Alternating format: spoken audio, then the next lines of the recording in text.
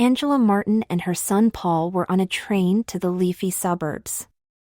They had been traveling for over 2 hours already, including changing trains twice, and they still had about an hour to go.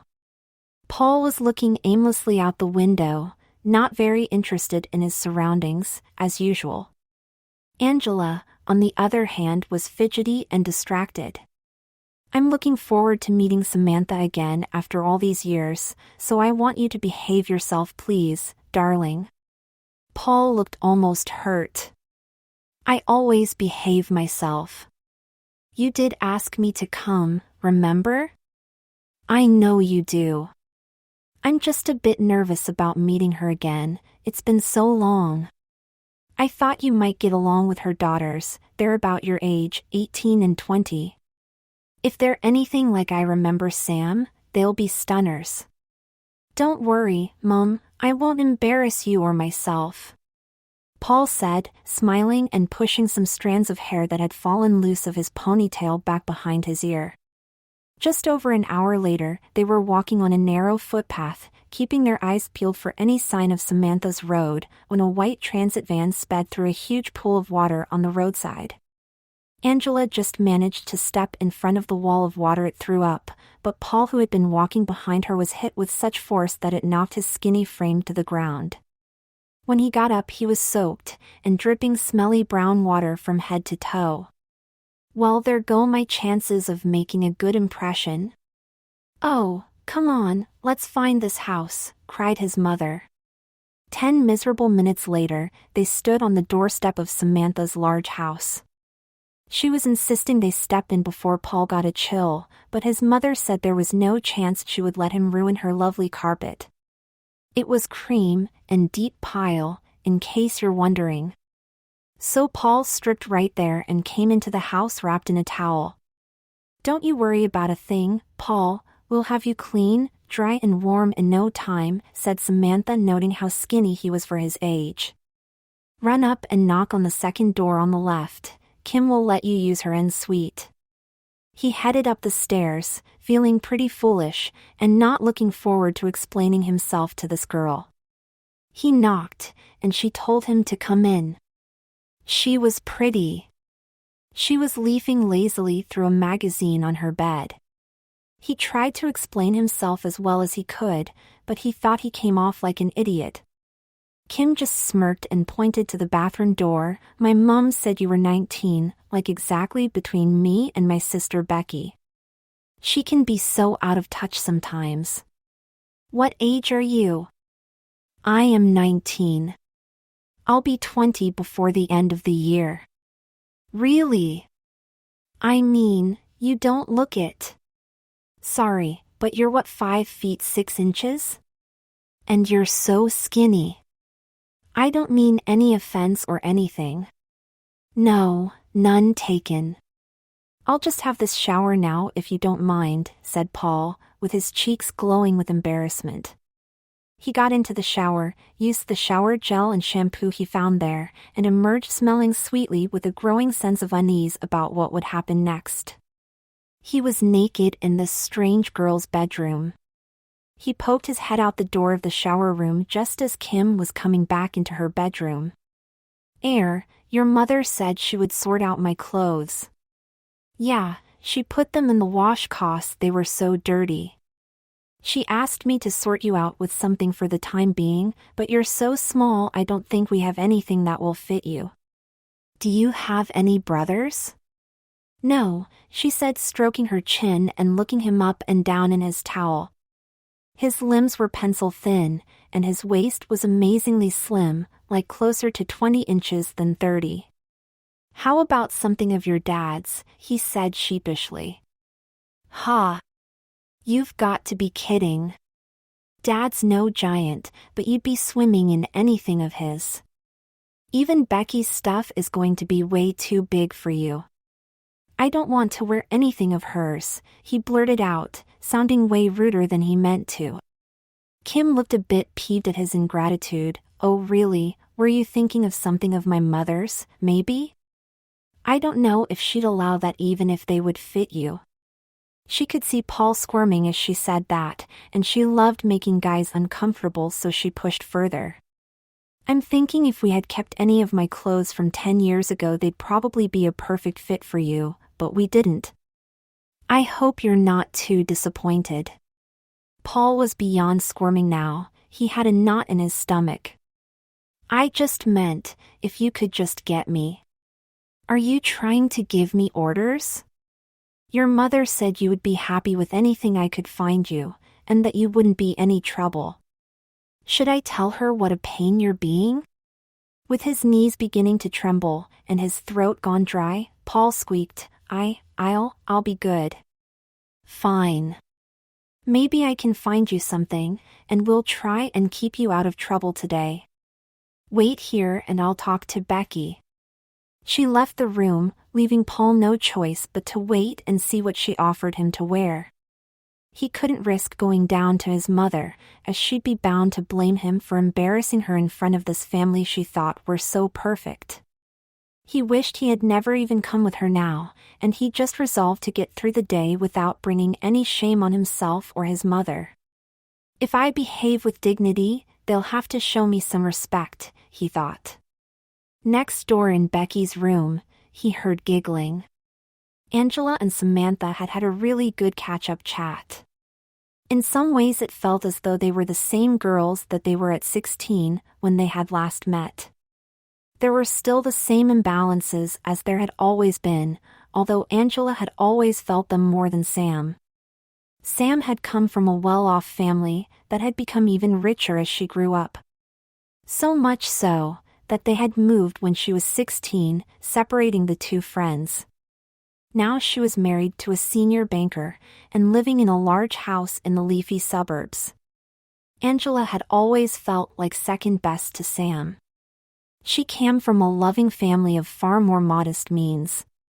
She had raised Paul alone following a divorce way back when he was 3. Angela didn't have a car because she couldn't afford one. Sam rarely used hers, because she was used to being driven wherever she wanted to go. Girls! Dinner is ready, she shouted out the kitchen door. I swear they pretend to be deaf sometimes just to annoy me. Paul, on the other hand, seems like such a well-behaved young man. Angie, you should be proud. Oh thanks, Sam, I still think of him as my little boy, when he's really a man already. And your girls are so beautiful. I'd have loved to have had a daughter myself if I had had another child. Ha! Let me tell you, you'd be surprised how quickly it goes from hair ribbons and playing with dolls to fighting with them over the length of their skirts and the amount of makeup they pile on. As if on K, the kitchen door opened and the girls filed in giggling. First the girls still in their skinny jeans and Uggs, their standard outfits. Paul was not in a standard outfit. Sam turned from the counter where she was making the final dinner preparations. Well, it's about time. Paul, honey, you must be starving. Polly pissy pants? Becky erupted into laughter. Polly pissy pants. You remembered. Isn't she perfect? Sam tried to put on an angry face. Becky, Kim, this is not funny. What on earth? Then she burst out laughing too. Angela, meanwhile, was sitting at the table with her mouth hanging open, looking at Paul, the son who was not going to embarrass her today. There stood Paul, dressed in a tiny blue cotton dress, white ankle socks and black patent, high-heeled sandals. His long hair was in pigtails tied high on either side of his head with blue ribbons, and the ends hung down to his ears. Loose strands of hair fell either side of his face. Sam recovered enough to explain.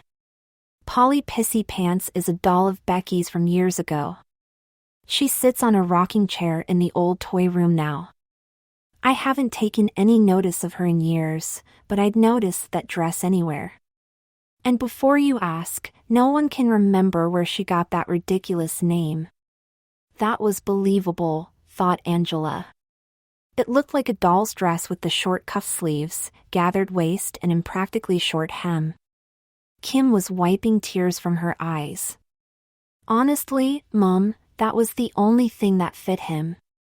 "Oh, come on now, Kim. Seriously, Mom. He's so tiny." As if to illustrate, she stood right beside him, putting her arm around his shoulder. Her 5 feet 8 inches frame, made firm and athletic by horse riding and hockey, made his skinny limbs look positively delicate and showed off the extra inches she had on him. Then without warning she grabbed his hand and easily spun him in a circle, making the hem of his dress fly out and displaying his gleaming white satin underwear to everyone in the room. "Oh, Kimmy, you're embarrassing Paul. Are you all right staying like that for dinner, Paul? It's going to go cold if you change now." Paul, almost too ashamed to have his voice come out of the glossed mouth of Polly, spoke very softly while delicately fingering the hem of his dolly frock. "I am hungry, thanks, but I'd really rather change." "This is just too much," he said, looking down at his naked legs and feet perched in the gleaming heels, beyond the poof of blue dress that flared from his waist. "Oh, come on now, Polly, you've only just gotten dressed. Why go changing again so soon?" broke in his mother sarcastically with a look on her face that told him exactly how much he was embarrassing her. Becky was pulling out a chair at the table for him with a grin on her face. Samantha looked at him kindly. "Yes, stay for dinner, Polly." What could he do? He carefully made his way across the kitchen floor. Heels clicking. Petticoat hissing. Pride vanishing. Knees buckling. Face reddening. Eyes watering. Lip trembling. Head spinning.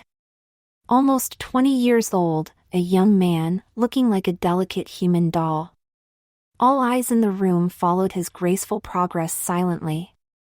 Paul, now Polly, sat pushing food around his dinner plate.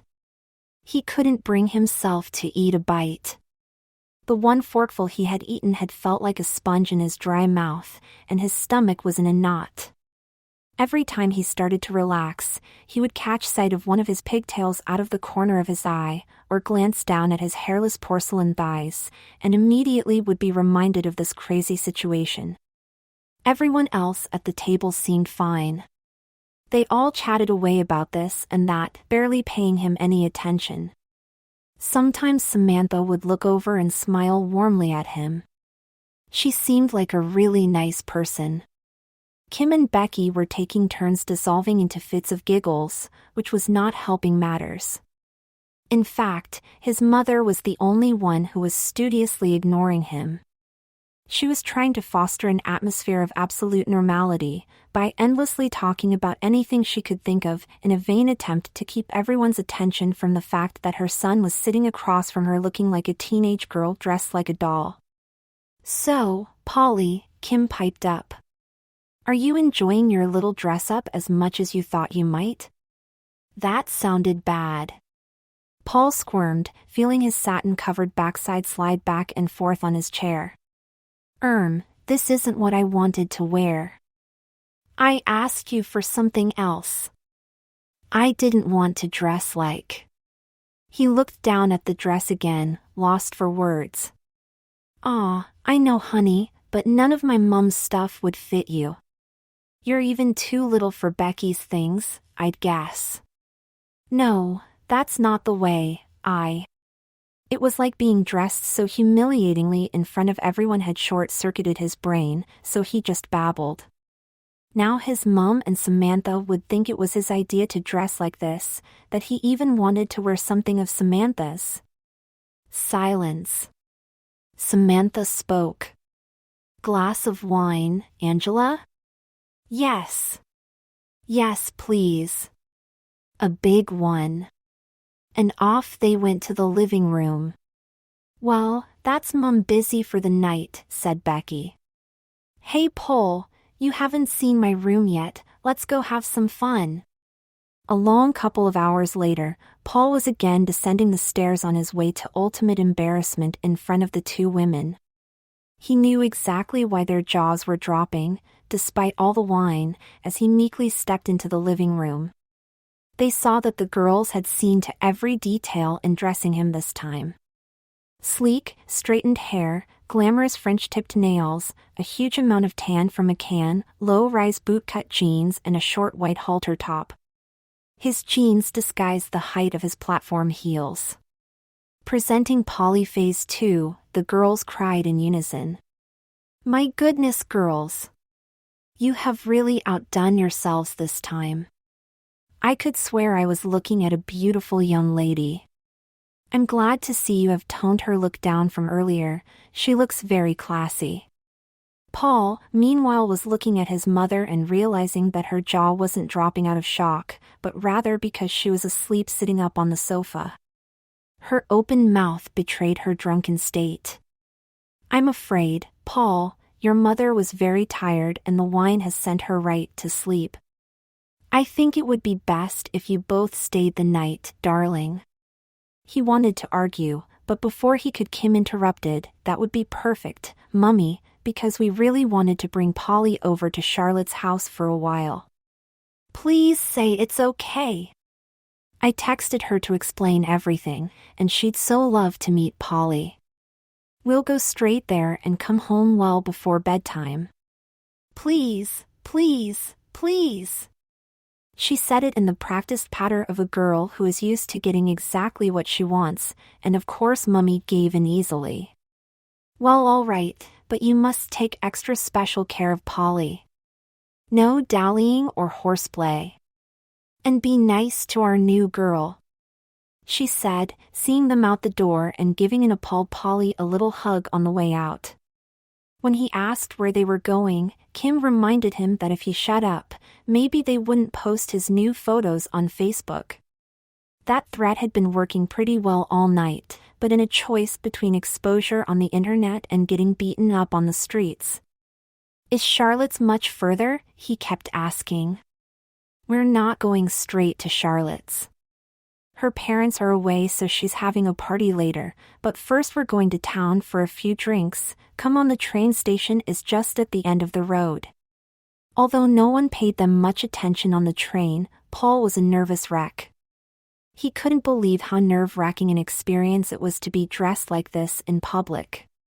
He was thanking his lucky stars that he was in jeans when Kim grabbed his arm. "Come on, we need to visit the toilet for a bit."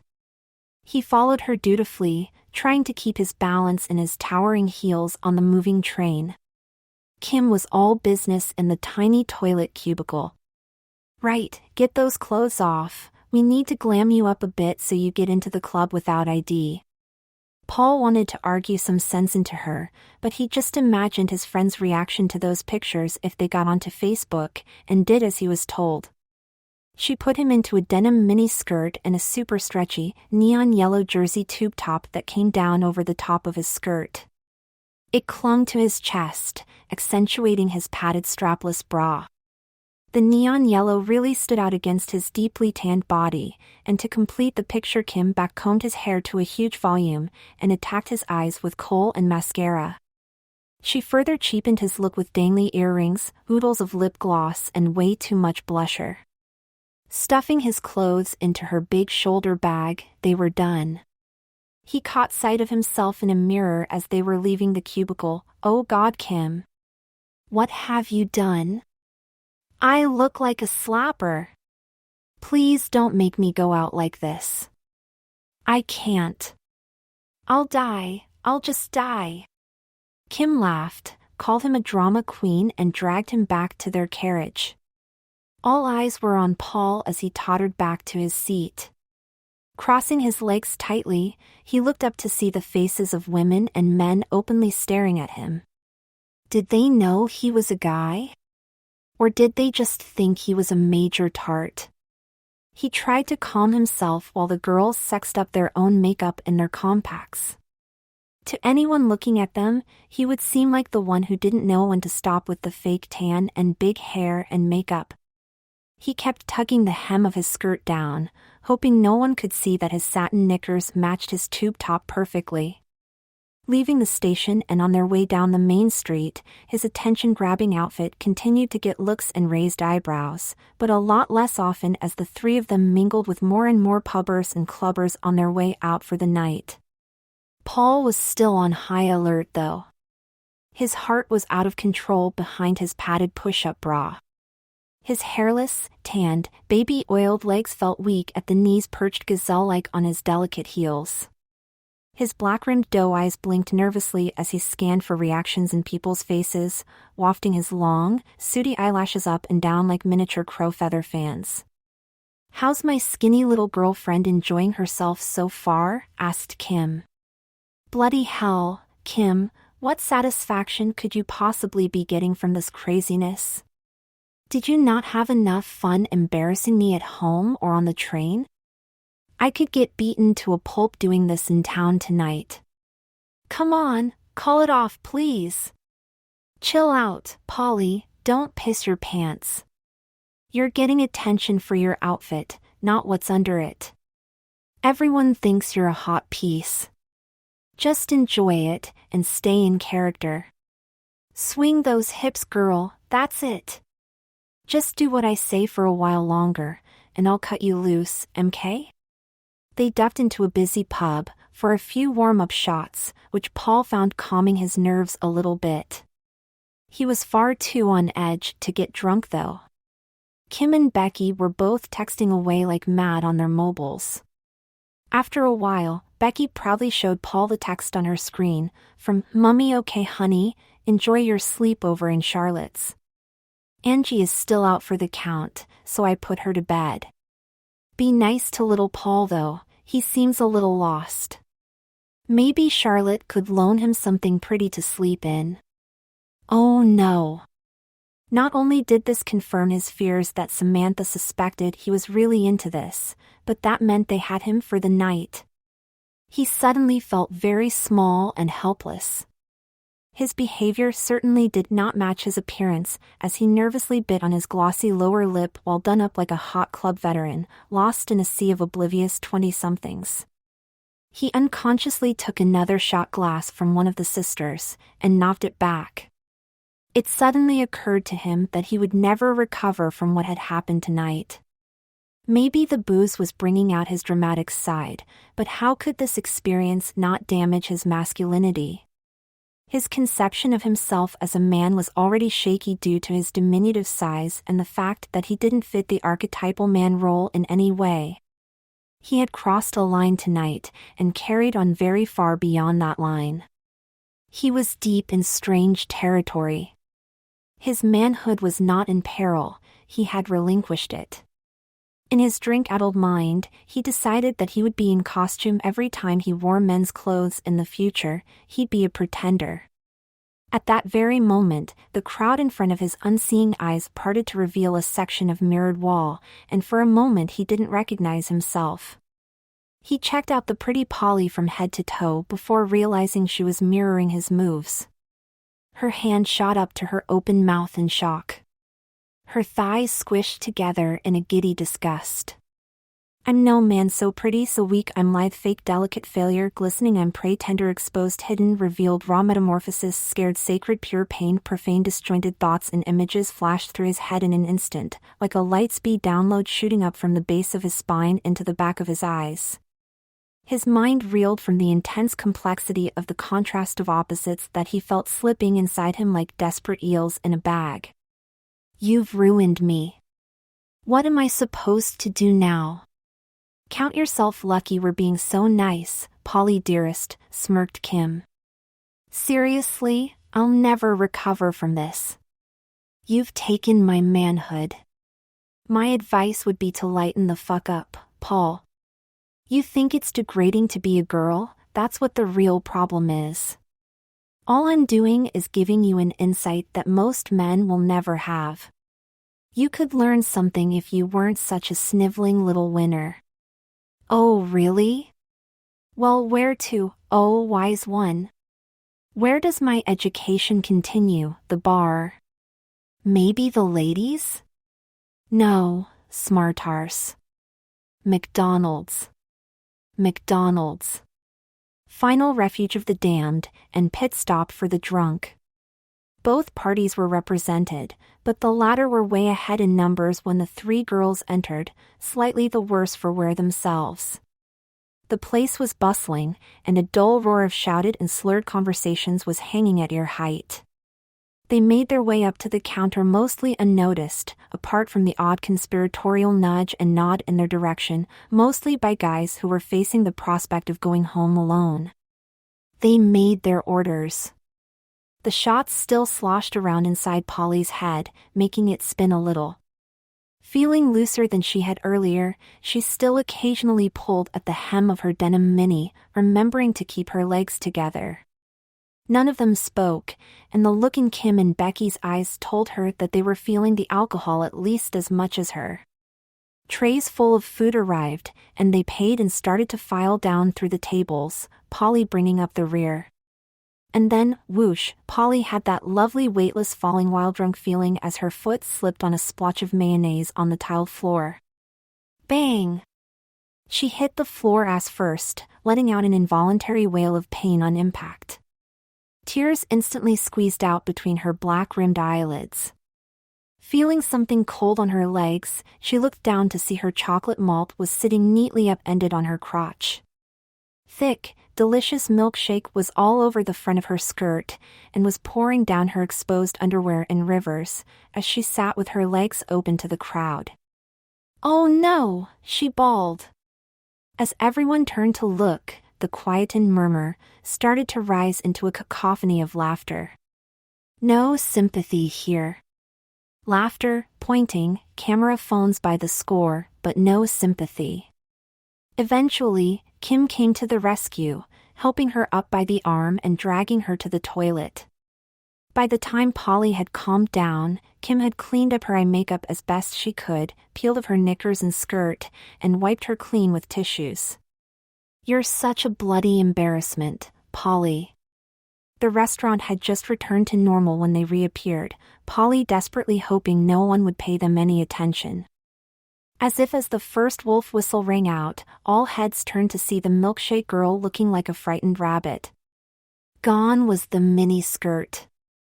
Her long, bright yellow boob tube had been stretched to full length, in an attempt to cover her now bare bottom half. She clutched desperately at the front of her new dress, bending over slightly for maximum coverage, causing the top to give a great view of her cleavage in her push-up bra, and causing the back to crawl right up to her red and tender butt cheeks. In this pose she took tiny steps, navigating the gauntlet of laughter and abuse. "Come and sit on my lap, love, I won't let you fall." "Are you going commando, darling?" "I bet she is." "The arse on that, oh yes." "Her milkshake brings all the boys to the yard." "Yeah." High five. Just as she was leaving, she saw in the reflection of the glass door, some idiot emerging from the ladies with the soaked knickers held aloft. "Mind if I keep these, love, memento of the best laugh in ages." Out into the night.